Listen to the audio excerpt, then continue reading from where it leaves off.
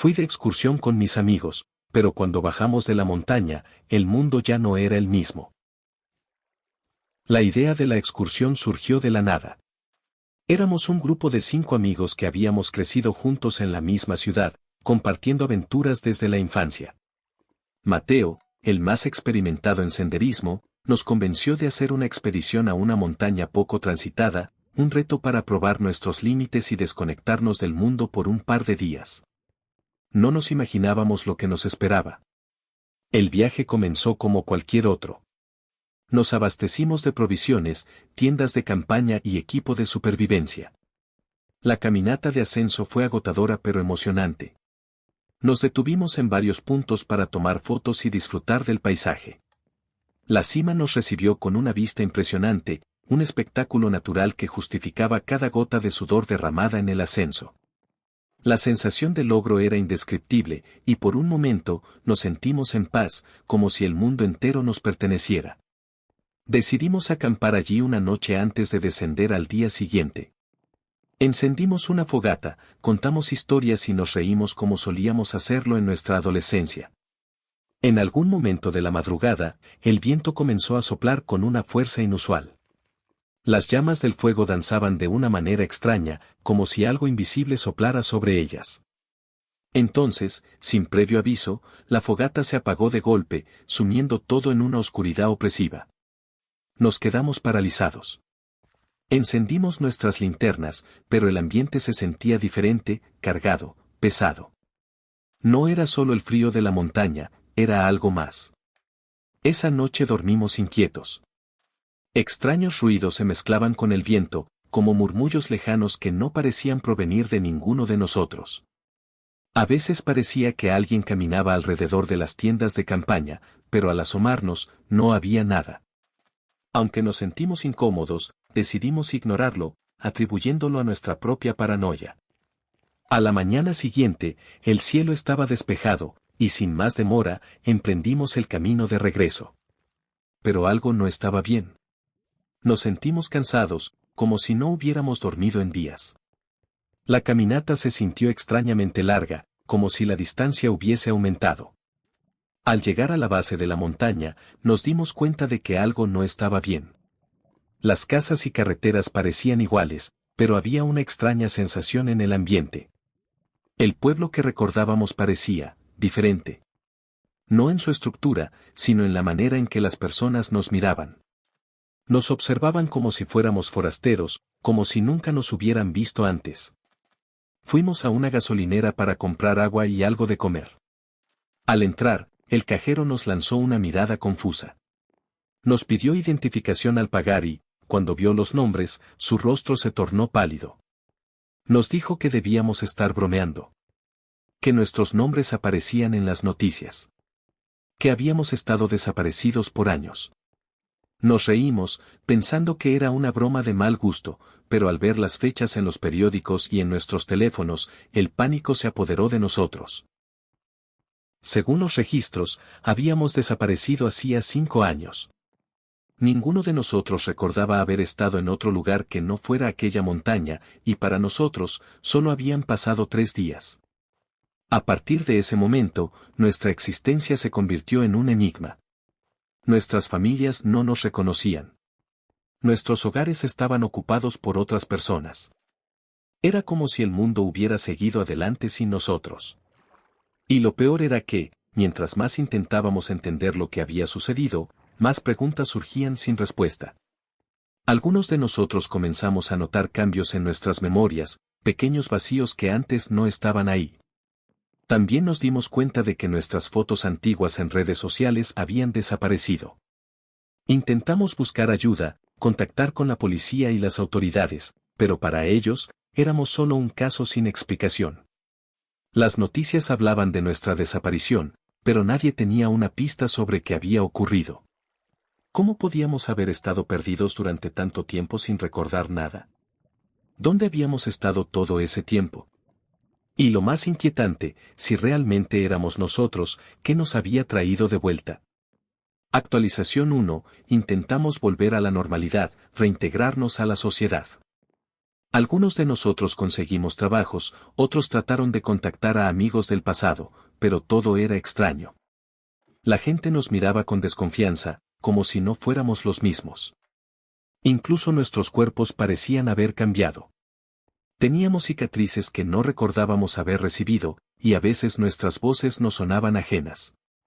Nadie podía explicarlo, y la angustia comenzó a crecer en nosotros. Actualización 2. Decidimos acudir a un psicólogo para tratar de entender lo que nos pasaba.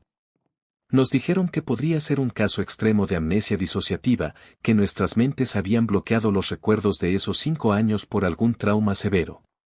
Nos hicieron pruebas, hipnosis, terapia de grupo, pero no surgieron respuestas.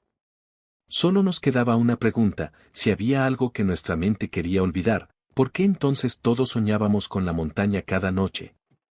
Actualización 3. No pudimos soportarlo más. Regresamos a la montaña. No sabíamos si era la mejor decisión, pero era la única opción que teníamos. Al llegar, sentimos la misma sensación extraña que la primera vez. Los murmullos regresaron, los vientos helados nos rodearon. Nos adentramos en el mismo camino que habíamos tomado años atrás. Lo que encontramos en la cima nos hizo entender todo, pero para entonces, ya era demasiado tarde. La cima se veía igual, pero al mismo tiempo, diferente. Había algo en el aire, una vibración apenas perceptible que hacía que cada respiración se sintiera pesada. Nos detuvimos en el mismo lugar donde habíamos acampado aquella noche, tratando de encontrar cualquier señal, cualquier indicio de lo que había sucedido. Entonces, Mateo fue el primero en hablar. Aquí es donde todo cambió. Nadie respondió. Nos limitamos a asentir.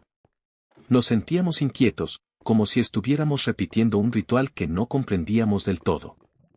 El viento volvió a soplar con fuerza. La sensación de ser observado se hizo insoportable. Fue cuando uno de nosotros notó algo en el suelo. Esto, dijo, señalando una marca en la tierra. Nos acercamos. Era un círculo, una hendidura en la roca que no estaba la última vez. Y, en su centro, una pequeña piedra negra que parecía absorber la luz a su alrededor. Mateo, sin dudarlo, se inclinó para recogerla. No la toques, susurró uno de nosotros, pero ya era tarde. Apenas los dedos de Mateo rozaron la piedra, todo nuestro alrededor cambió. Un sonido sordo resonó en el aire, como si algo estuviera doblándose, partiéndose desde dentro. Nos tambaleamos cuando la realidad pareció agrietarse a nuestro alrededor. Por un instante, vimos algo, una imagen fugaz de nosotros mismos en la montaña, pero no como éramos ahora. Parecíamos distintos, más jóvenes, congelados en el tiempo. Y luego, oscuridad. No supimos cuánto tiempo pasó, pero cuando abrimos los ojos, la montaña era otra. El cielo tenía un tono diferente, una ligera distorsión en el horizonte como si estuviéramos viendo a través de un cristal empañado. El silencio era absoluto. Sin pájaros, sin viento. Solo el sonido de nuestra propia respiración acelerada. Nos levantamos lentamente, tratando de entender lo que había sucedido. Pero la verdadera pesadilla comenzó cuando vimos las huellas. No eran nuestras. Eran muchas. Decenas de pisadas rodeando el campamento, algunas grandes, otras pequeñas, como si algo o alguien nos hubiera estado esperando. Intentamos trazar un camino con la vista, pero se perdían entre la maleza. Tenemos que irnos, dijimos con la voz temblorosa. Nadie discutió. Tomamos nuestras mochilas y comenzamos a descender. Pero el camino ya no era el mismo. Donde antes había senderos claros, ahora solo había vegetación densa. El bosque parecía más grande, los árboles más altos. Nos movíamos en círculos sin darnos cuenta.